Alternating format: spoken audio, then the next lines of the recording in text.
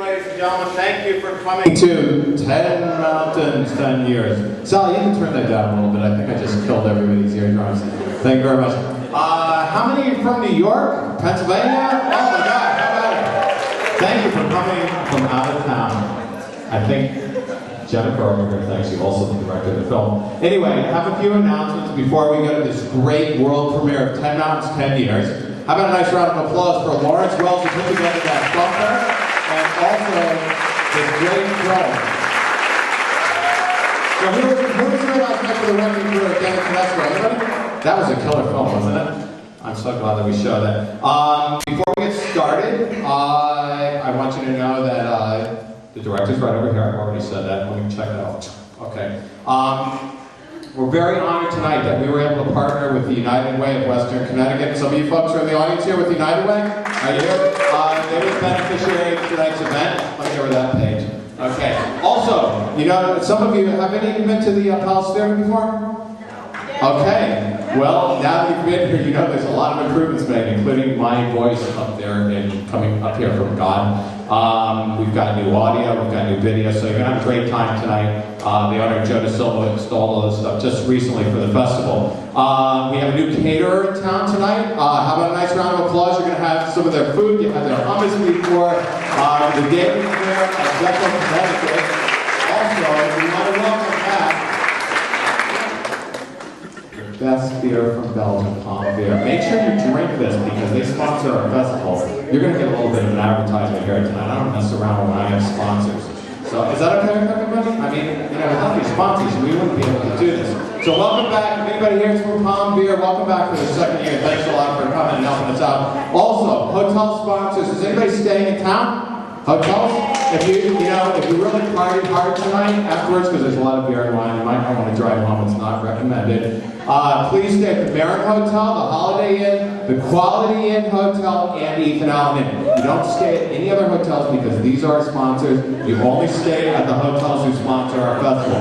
Also, I want to say special thanks to any of the people from Palace Digital Studios or BSI HD Media in Southington, Connecticut, Palace Digital Studios. If you need to do any editing or sound work, they happen to be located in Norwalk, Connecticut. They provided us with the deck that this movie is playing tonight, which costs like $30,000. You know, we can't buy these very easily. It's a poor festival that we are. So if you need any of that kind of equipment, please talk to those people in the future. Also, please check out our program. There'll be some people handing them out tonight. You might want to see some other films that are coming up. We also have 80 educational events in digital and new media, music, film and screenwriting going on over the next 4 days, so you might want to check that out. Also, tomorrow night's film is the encore presentation of last year's Audience Award winner, The Baker, starring Damien Lewis. That's going to take place at 7:30 tomorrow night. Friday night, we're showing Santorini Blues, starring Richard Belzer and Dan Clark and Ice-T, and actress and also the producer of the film, Deidre Lorenz. Saturday night is our annual industry bash featuring the Barry Levinson documentary film Hollywood, where every celebrity and news anchor thinks their opinion counts. Friday night we also, I'm going back a day now, sorry. Friday night we kick off our 24-hour Cup of Joe Gorilla filmmaking competition. If you have an iPhone that has video, or you have like a real camera, you've got 24 hours to make a film, score it with music, edit it down, and we're going to show all the award winners Sunday across the alleyway there at the Early March Theater. Matter of fact, you saw an image of the Early March sign there earlier. And just a couple more things. Is everybody still awake? I mean, you're cool with this one. My shameless plug, Marty Lang, I don't know if he's in the audience tonight. He's our educational director. Oh, I can put this down. Marty Lang and I both do television reviews on Channel 3 WFSB in Connecticut. They're a CBS affiliate every Saturday and Sunday, so please tune in at about 8:20, 8:40 on Saturdays and Sundays. That's my shameless plug. And also, a couple of housekeeping rules here. There's an exit to the left here, and there's 2 exits in the back. In case you smell any smoke, that's the direction that you go. What I'm going to do now is I'm going to ask the lovely Jean Tate, the programming director, to say a few words and invite you.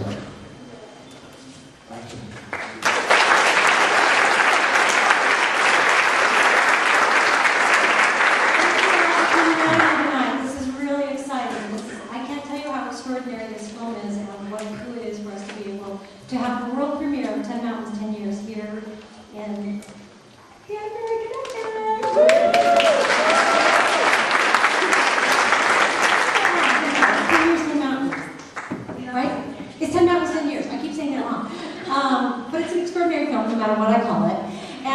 really lucky to have it, and it will be preceded by a short film called Le Dernier Voyage of Maurice de Lucas. And so you will enjoy that also. But then after the film, after 10 Mountains, 10 Years, Jennifer, you will come out and do a Q&A, so stick around after, before you go to the party, but after the movie to ask some questions of her. And I'm going to let her give you a little intro to the film right now. Ladies and gentlemen, Jennifer Yu.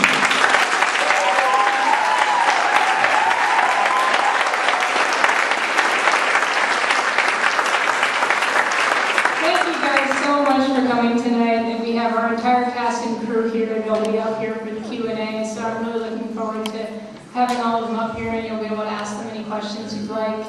I want you to know that this movie wasn't the act of one person or even 100 people. It was the act of thousands of people coming together for this labor of love, and you were all a part of that. We made this film to honor families, to honor our families, and to honor your families and the millions and millions of families out there that are affected by Alzheimer's and Parkinson's disease. And it is our dream that our children's children will never need to know the word Alzheimer's or Parkinson's disease. So thank you so much from the bottom of my heart for supporting our journey, and I hope you enjoy the film.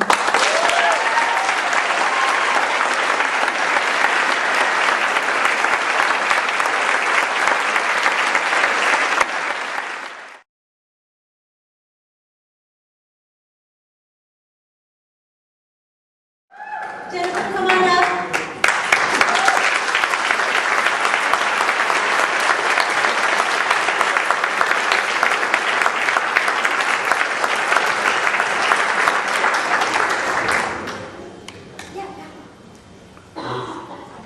I'd like to invite the whole cast and crew up here now. We're going to do a fun Q&A for everybody, and we have a special presentation first. I want everybody to come up here.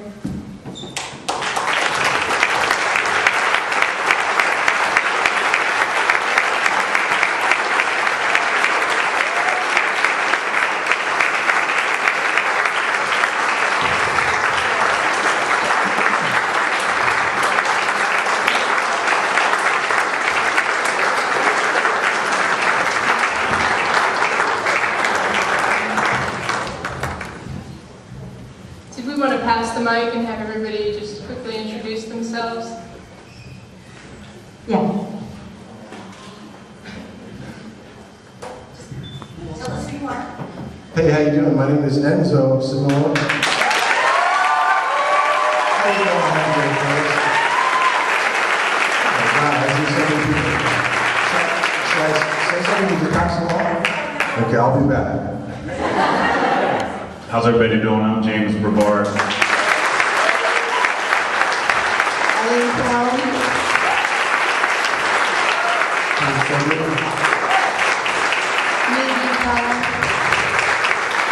Aaron Buchanan. Corey Davis. Bill Gorman. I am Ken Bonowicki. And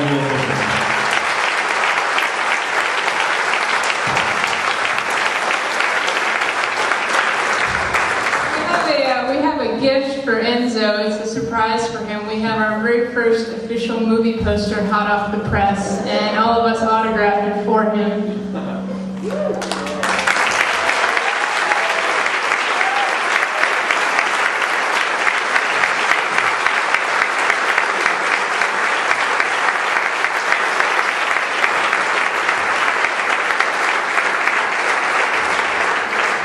These guys are sneaky because I actually almost made this print for tonight myself, and I didn't even know it was for this. I guess Jen, take a look. Are you ready for Q&A? Or did you want to? Okay. I don't think anyone has any questions, right? Go ahead, question. Hands up. Yeah, back there. A technical Klein question. Why do you not stay, say, overnight at high camp and wait for a full day of rest and acclimation before going to the summit?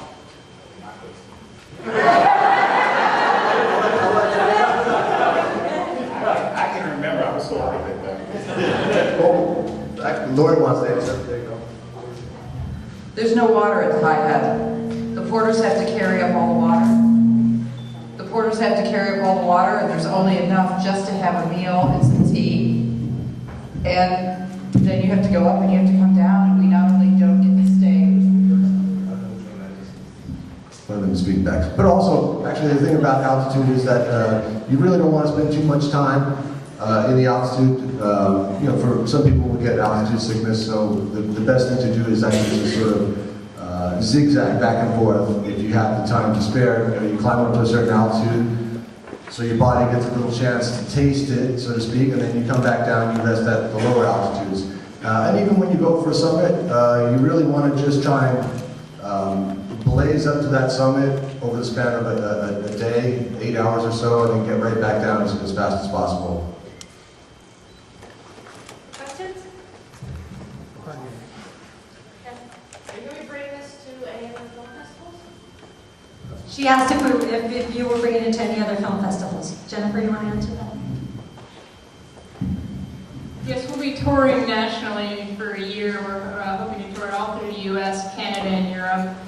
So if you guys haven't joined our Facebook page yet, feel free to go on Facebook, search 10 Mountains, 10 Years. We post our whole screening schedule also on backlightproductions.com. We have our whole screening schedule. We're posting updates for each festival. Our next screening from now looks like it's going to be in Colorado, June 10th to June 13th. We'll be screening in Breckenridge, Colorado, and we'll definitely be sending updates to everybody. If you just join our mailing list, and we'll keep everybody posted.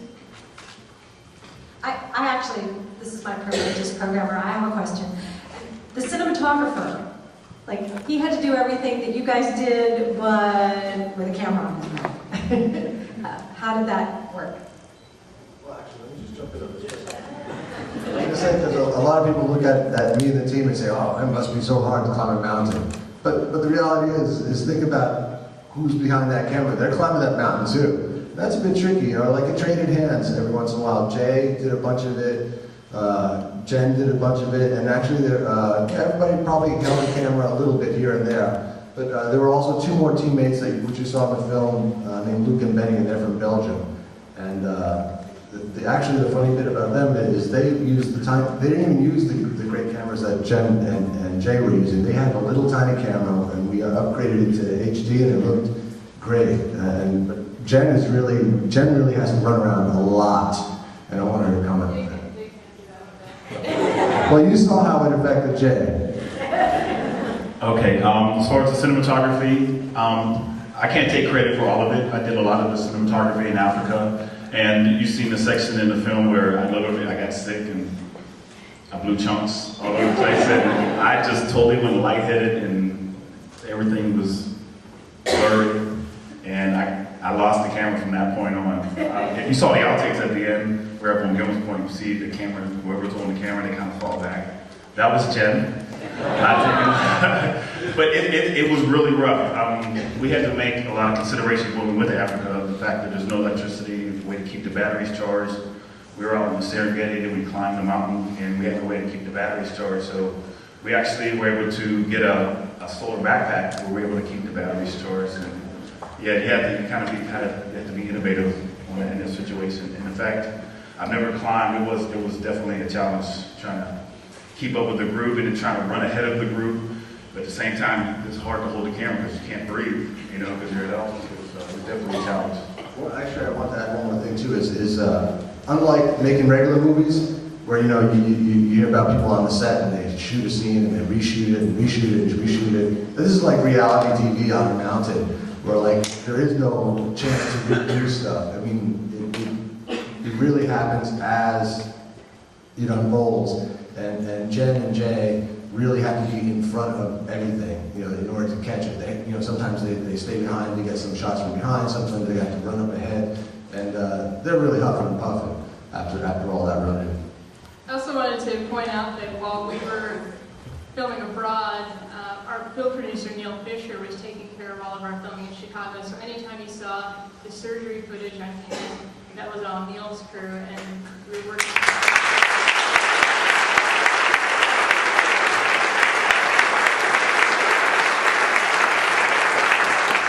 Yes. Can you talk talk a little bit about how you met and how this came about? Can you talk about how you all met and how it came about? And Jen? Well, we were all on this personal dating site. I put an ad out looking for people that would like to date me and didn't mind that I was married to my wife Jen and also liked climbing. Actually, it's really haphazard, but people sort of find me. I used to put posts out, and the way I met Jen was I put a post out on a site called Climb NYC, which is a climbing website looking for partners.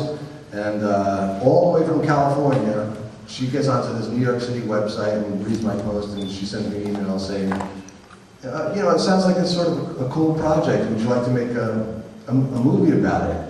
I was like, is this real? Who would want to follow my project? But it was, and after that, it sort of fell in line. Where I actually got on MySpace, was a big networking, arena for me, and then Facebook, and then people just start to get to know you, and then they're attracted to you, which is something I really want to, I could say to you all, if there's something you're passionate about doing, you're passionate about being an advocate for one disease or one cause or another, just shine the light that you have, be passionate about it, let people see that, and people will be coming to you. They're going to be attracted to you, they'll come to you for advice, they're going to come to you to say, let's do something together. And they all sort of came across my website, and that was that, with the exception of Ken. Ken actually and I were developing our own projects in parallel. And I think the way that I sort of got introduced to Ken was, doing something nice is not always easy, because a lot of, occasionally I should say, is people will bash you almost to death for whatever their beliefs are. And somebody on the internet just was really all over me. And it ended up being a big, huge, blazing shootout. And out of the blue, just Ken came out of nowhere and just laid into this guy. I mean, if you can imagine somebody doing that onto the internet. And ever since then, we've been, sort of tight. That's why I call him my warrior brother, because he's always got my back.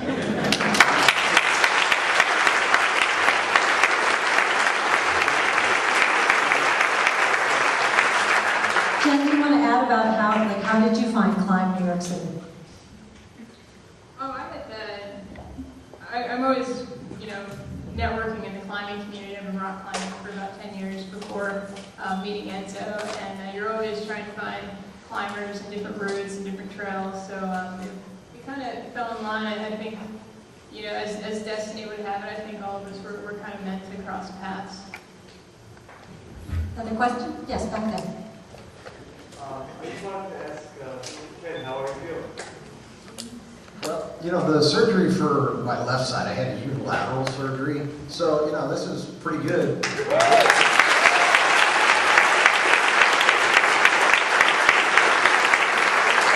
The reason that we're here, the reason that they made the film is, at that time, this was the only problem I had, and now, this is my right side. So, it's a progressive disease. That surgery that you saw is a Band-Aid. We need a cure. This is what these folks do it. So, I'm going back for that surgery again for the other side, unfortunately. But, other than that, I'm doing great. Still running our foundation. Unfortunately, recently medically retired from work, so got a lot of time on my hands now.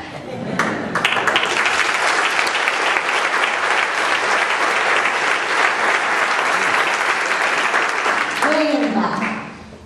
That's you. I guess this is for Enzo.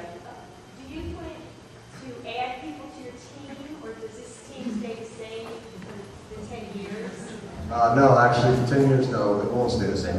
Ever since day one, it's sort of been an evolution. It started out with two people. In 2005, I did my first charity expedition fundraiser for the Alzheimer's Association. And that was just with me and my friend Ken Glowinky. In 2006, I officially started the 10 Mountains 10 Years project, which included also Team Fox, and then evolved to now where we also include Focus on the Cure and Lisa Gibbons Memory Foundation. But what happens is everybody on my team, they come out and do an expedition or a climb when they can do it, when they can afford it, when they can afford the time, when they feel like they're in shade, you know, when there's not too much chaos going on in the regular world. And then they could sit out a year or 2 years and then step back in at another time. So it's never the same lineup every single time. Like I said, the very first time I went out was 2 people. The next one was 9 people. The one after that was 4 people. Then it was 11 people, and I think what we had, 11 or 12 on Kilimanjaro? 11, there you go. So, and actually, which brings me, I'm glad you raised that question, because this year it's going to evolve again. And I want to invite you guys all to come out, choose your charity, the Alzheimer's Association, Michael J. Fox Foundation, Focus on a Cure, Elisa Gibbons Memory Foundation. But instead of going to South America to Aconcagua, which is the highest mountain in the Western Hemisphere, I thought it would be nicer to stay home and sort of offer it up to the general public to go to Mount Washington, which is the mountain where I first started. And I got up there, I got baptized and everything that had to do with mountaineering. And my goal, which I'm hoping extends to all you, considering that you'll come out, is to have 300 to 1,000 people for my team this year on Mount Washington. And you know, I'm looking at you all, I want to see all these faces on Mount Washington. And it's New Hampshire, so the people about 5.5 hours away. Easy in the summer, there's no snow, it's really just a hike. You know, and the last 3 times I went up in the summer just for training. Oh, when? By the way, last 2 times I went up, I got sunburned, it was that warm. And it's July 31st, that's right, 2010. And I have some cards too, which will take you to the website all about that project in particular.